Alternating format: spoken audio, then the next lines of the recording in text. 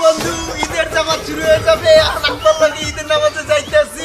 তুমি রাও, রাইতের বেলা তোমার লাগাইয়ে চিল করমু এক লাগে খামুয়ানে রাও। এ তুই নামাজ পড়তে যাবি না? হ্যাঁ নামাজেই তো যাইতেছিলাম।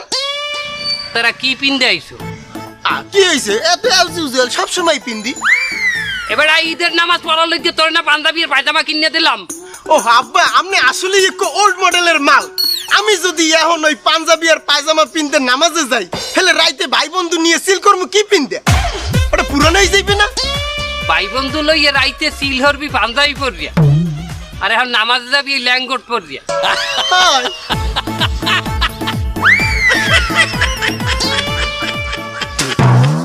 এবার তুই গোসল হরো নাই?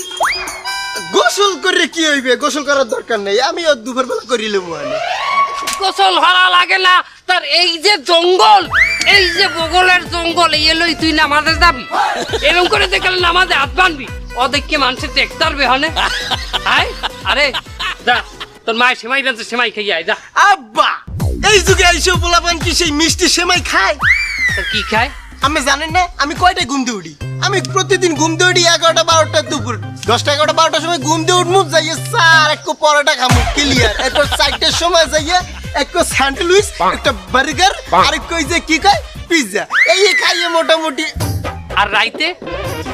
রাইতে তো হয়েছে ভাই বন্ধু লই একটু চিল করি, একটু এটা ওটা খাই,